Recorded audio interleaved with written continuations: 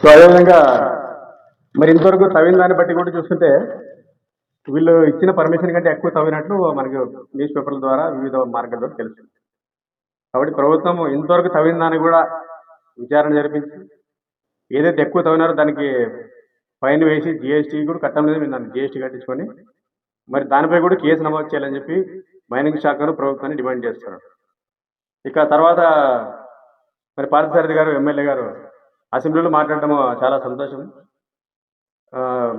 TV వచ్చిన తర్వాత అయితే మన మీనాక్షి గారు ఎమ్మెల్యే గారు ఉన్నారు, తర్వాత ఈయన సాయిబ్ రెడ్డి గారు ఉన్నారు. మన ఆధునిక వెనుకబాటుదల గురించి మాట్లాడడం సంతోషకరము. కొన్ని సమస్యలు మాట్లాడినారు కానీ ముఖ్యమైన మాస్టర్ ప్లాన్ గురించి పట్టించుకున్నట్లు లేదు. మరీ ముఖ్యమైన మెడికల్ కాలేజ్ గురించి కూడా పట్టించుకున్నట్లు లేదు. అదేవిధంగా జిల్లా గురించి కూడా ఆయన మాట్లాడకపోవడం బాధ కలిగింది. ఎందుకంటే ఆధునిక జిల్లా ఏర్పడిందంటే ఇంక 100 శాఖలు వచ్చేసాం మనకి, మెడికల్ కాలేజ్ వచ్చా అన్నీ వచ్చేస్తాయి. కాబట్టి జిల్లా గురించి కూడా ఆయన మాట్లాడాలని చెప్పి విజ్ఞప్తి చేస్తున్నాము. మరి మరో విజ్ఞప్తి ఏమంటే అసెంబ్లీలో మాట్లాడడం అంటే ఏమర్థం అంటే మినిస్టర్ని, సీఎం గారిని మా ఊరు డెవలప్ చేయండి అని అడుక్కోవడం, రిక్వెస్ట్ చేసుకోవడం. మరి అంతకుముందు వాళ్ళు ఏం చూస్తారు, నువ్వేం చేసినారు అడుగుతారు. మరి పార్థసారథి గారు ఆధునిక ఏం చేసినారు ప్రజెంట్? తన చేతిలో ఉన్న పనులు కరెక్ట్ చేస్తే వాళ్ళు కూడా ఫండ్స్ ఇస్తారు మనకు. మీరు అసెంబ్లీలో అడిగేది ఎందుకు? మా ఊరికి డెవలప్మెంట్కి ఏమైనా ఫండ్స్ ఇవ్వండి అని అడుగుతారు. మరి ఉన్న మీ పవర్ ఏం చేస్తారో అడుగుతారు. మీ పవర్లు ఏం చేస్తారు? మీరు మీ మిత్రుడిని కాపాడుకున్నారు, భూ కబ్జా చేసిన మిత్రుడిని కాపాడుకున్నారు, బియ్యం మాఫియాని కాపాడుతున్నారు, మట్కా బెట్టింగ్ ఆగడం లేదు. మరి ఏ ముఖం తీసుకుని మనం అక్కడ ఫండ్స్ అడగలము? కాబట్టి పార్థసారథి ముందు భూ కబ్జాల గురించి మీరు అసెంబ్లీలో మాట్లాడినారు, చాలా సంతోషము. మరి భూ కబ్జాలపైన ఎన్ని కేసులు నమోదు చేసినారు? పైన కూర్చున్న పిల్లలు కాదు కదా, చంద్రబాబు గారు 1000 మంది ఎమ్మెల్యేలు చూసినారు, ఆయన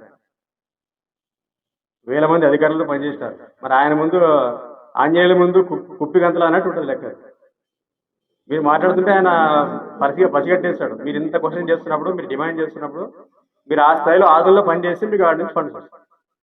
కాబట్టి మీరు అసెంబ్లీలో క్వశ్చన్ చేసినానికి లాభం కలగాలంటే మీరు ముందు ఆదుల్లో బాగా పనిచేయాలంటే మీరు కేసు నమోదు చేయడం కావచ్చు, ఈ యొక్క రికవరీ కావచ్చు, లేకుంటే రాబోయే రోజుల్లో కూడా ఇలాంటి అక్రమాలు జరగకుండా మీరు కాపాడగలిగితే అప్పుడు ఫండ్స్ వస్తాయి. మీరు అసెంబ్లీలో మాట్లాడిన దానికి ఫలితం ఉంటుంది. లేకపోతే డైలీ 50 మంది మాట్లాడడం పెద్ద విషయం కాదు, కానీ మాట్లాడిన దానికి మనకు ఫండ్స్ రావాలంటే మనం ఆదుల్లో బాగా వర్క్ చేయాలి. కాబట్టి పార్థసారథి గారు ఆదుల ముందు అవినీతిని, అక్రమాన్ని అరికట్టండి. గతంలో జరిగిన ప్రభుత్వంలో అక్రమాలు అరికట్టండి. అప్పుడు ప్రశ్నిస్తే లాభం ఉంటుంది, కానీ ముందుగా మనం జస్ట్ మైక్ పట్టుకొని మాట్లాడితే దానివల్ల లాభం లేదు. కాబట్టి రాబోయే రోజుల్లో ఈ అక్రమాలు జరగకుండా ఆపాలని చెప్పి ఎమ్మెల్యే పార్థసారథి గారిని విజ్ఞప్తి చేస్తున్నాము. ఇదే విధంగా అసెంబ్లీలో మన ఆధునిక సమస్యలపై మాట్లాడి డెవలప్ చేయాలని కోరుకుంటున్నాం. అహ్మద్, మీడియా మిత్రులకు స్వాగతం. ఈరోజు ప్రెస్ మీట్ పెట్టడానికి ముఖ్యంగా 2 కారణాలు ఉన్నాయి. అవి ఏమంటే, ముందుగా మరి ఎమ్మెల్యే మారినా కూడా ఈ యొక్క దోపిడీ, మాఫియాలు ఇలాంటివన్నీ యథేచ్ఛగా కొనసాగుతున్నాయి. మరి ఇది ఎలా ఉందంటే పరిస్థితి, కొత్త సీసాలో పాత సరాయి. గత సంవత్సరం ఇదే డేట్ చూసుకుంటే సేమ్ అదే మట్టి తవ్వకాలు, కొండ తవ్వకాలు. ఇప్పుడు చేసినా కూడా అదే కొండల తవ్వకాలు. ఇంకేం మారింది?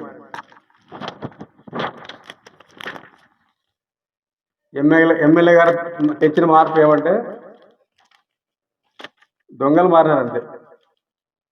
మట్టి దొంగలు మారినారు. అప్పుడు పాత దొంగలు, కొత్త దొంగలు. ఇది ఒకటి. రెండో విషయం అంటే అసెంబ్లీలో మన ఎమ్మెల్యే గారు మాట్లాడినారు కాబట్టి ఆ విషయం గురించి కూడా తర్వాత మాట్లాడదాం. ముందు ఈ మట్టి దొంగలు, గరస దొంగల గురించి మనం డిస్కస్ చేసుకున్నాం. ముఖ్యంగా చూసినట్లయితే గత ఎమ్మెల్యే సాయిబ్ రెడ్డి గారు ఎంతో అపఖ్యాతి కూడగట్టుకున్నారు. భూ కబ్జాలు అని చెప్పి, మట్టి దొంగలు అని చెప్పి, ఇసుక మాఫియా అని రకరకాలు అనమాట. మరి దానికి మూల్యం చెల్లించుకున్నారు. మనం ఎవరో అనామకుడు, మనకి సంబంధం లేని వ్యక్తి, చిత్ర వ్యక్తిని గెలిపించినాం. ఎందుకు గెలిపించినాం అంటే మా మాజీ ఎమ్మెల్యే సాయిబ్ రెడ్డి మీద అంత విరక్తి వచ్చింది అనమాట. మళ్ళీ చాలాసార్లు చెప్పి, ఇప్పుడు మళ్ళీ చెప్తాను, పార్థసారథి కాకుండా ఏ సారథి ఉన్నప్పుడు గెలిచేవాడు. అలాంటి పరిస్థితి అదులో ఏర్పడింది. గెలిచినా సంతోషం. మరి నేను గెలిచినైనా పని చేసుకుంటూ పోయింటే ఎవరు అడిగేవాళ్ళు కాదు. నేను సత్యశీలుడిని, నేను నిజాయితీగా పాలిస్తాను, అక్రమాన్ని సహించాను, అవినీతిని తొక్కేస్తాను, తోలు తీస్తాను, అది తీస్తాను, ఇది తీస్తాను అన్నాడు. ప్రజలు స్టార్టింగ్లో కరెక్ట్ అనుకున్నారు, కానీ చివరికి తేలిందేమంటే ఇది. మరి ఏదో వేరే పేపర్ అనుకుంటే మనం సాక్షి పేపర్, ఏ పేపర్ అంటే వేరే మనం అనుకోవడం కాదు. కూటమి పేపర్ ఇది. ఆంధ్రజ్యోతి అంటే కూటమి పేపర్. మరి ఆంధ్రజ్యోతికి ఏం రికార్డు ఉందంటే, మరి రాధాకృష్ణ గారు ఎన్నో కోట్ల రూపాయలు నష్టపోయినారు. జగన్మోహన్ రెడ్డి గవర్నమెంట్‌లో యాడ్స్ లేకుండా చాలా ఇబ్బందులు పడి నష్టపోయినారు. అయినా కూడా ఆయన వైఎస్ఆర్ గవర్నమెంట్ మీద విమర్శలు ఆపలేదు. మరి అలాంటి పేపరే కూటమి నాయకుల మీద ఇచ్చిందంటే మరి ఎంత నిజాయితీగా ఉందో మీరు ఒకసారి ఆలోచించుకోండి. ఇక్కడ తిరగాల్సిన అంటే ఈ యొక్క కూటమి నాయకులు ఎవరైతే గతంలో ఈ మట్టి దొంగల మీద కొట్టినారో వాళ్ళే ఈరోజు మట్టి దొంగలు అయిపోయినారు.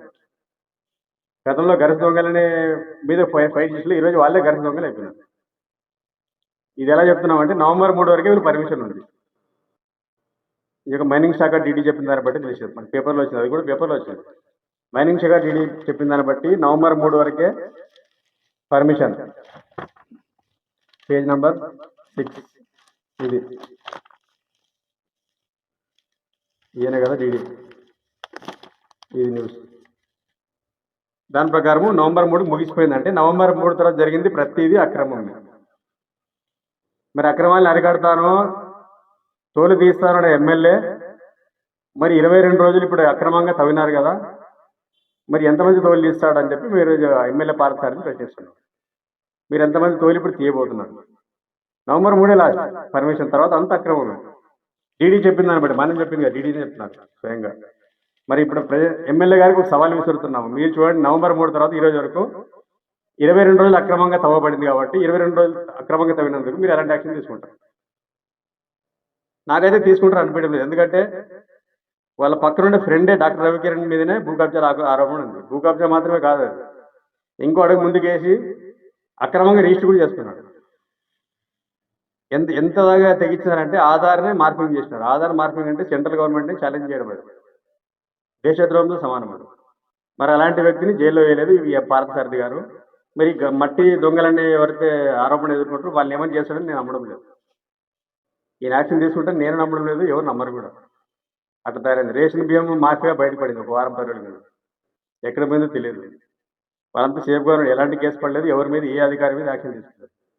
సో ఇది పార్థసారథి గారి పనితీరు. నీతి నిజాయితీ చెప్పుకునేవరకే ఉంది కానీ పైన అంతా డొల్లతనం ఉంది. కాబట్టి ఆయన ఒక్కరిని చూడండి, 6 నెలలు అయిపోయింది, ఒక్క కేసు ఎవరి మీద నమోదు కాలేదు. సరే కూటమి నాయకులు అనుకోండి, వైఎస్ఆర్సీపీ గతంలో చేసిన వాళ్ళ మీద నమోదు చేసినారు, అది కూడా లేదు. ఒక్క కేసు ఛాలెంజ్ మొత్తం రికార్డ్ చేయండి, ఒక్క కేసు నమోదు కాలేదు. మరి ఇది ఫస్ట్ పార్ట్. మరి ఇంత అక్రమం అంటే ఎన్జీటీ అంటే నేషనల్ గ్రీన్ ట్రిబ్యునల్ కూడా దీన్ని వ్యతిరేకిస్తున్నారు, మరి జాతీయ సంస్థ. మరి దాంట్లో కూడా కేసు నమోదు కాలేదు. కాబట్టి పార్థసారథి గారు కేవలం మాటలతోనే పబ్బం కడుతున్నారు. ఇది చాలా బాధాకరము.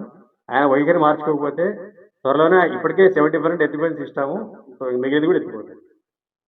కాబట్టి ఖచ్చితంగా ఈ మట్టి దొంగలు, గరిస దొంగలు ఎవరున్నారో వాళ్ళపైన ఖచ్చితంగా ఎఫ్ఐఆర్ నమోదు చేయాలి. వాళ్ళ లారీలు సీజ్ చేయాలి, వాళ్ళ పొక్లైన్లు సీజ్ చేయాలి, వారందరినీ ఫస్ట్ జైల్లో వేయాలి. ఎందుకంటే సామాన్య విషయం కాదు ప్రకృతి. ఎందుకంటే మనం ఏదైనా ఒక వారం చెడిపోతే రిపేర్ చేసుకోవాలి, ప్రకృతిని మనం రిపేర్ చేసుకోలేము. కొండలు తవ్వేసి మొత్తం తవ్వేసిన తర్వాత మళ్ళీ కొత్తగా మనం కొండలు సృష్టించలేము. కాబట్టి దీని ఒక పద్ధతిగా మనం తీసుకుపోవాలి. కాబట్టి ఖచ్చితంగా ప్రభుత్వమే దీనిలో చొరవ తీసుకొని ఈ యొక్క మట్టి దొంగలు, గరస దొంగలు ఎవరైతే మన పేపర్లో వచ్చిన విధంగా ఉందో వాళ్ళందరిపైన ఎఫ్ఐఆర్ నమోదు చేసి వాళ్ళ వాహనాలు సీజ్ చేసి వారిపైన పీడీ యాక్ట్ నమోదు చేయాలని చెప్పి మైనారిటీ హక్కుల పరిరక్షణ సమితి తరఫున డిమాండ్ చేస్తుంది. Any question?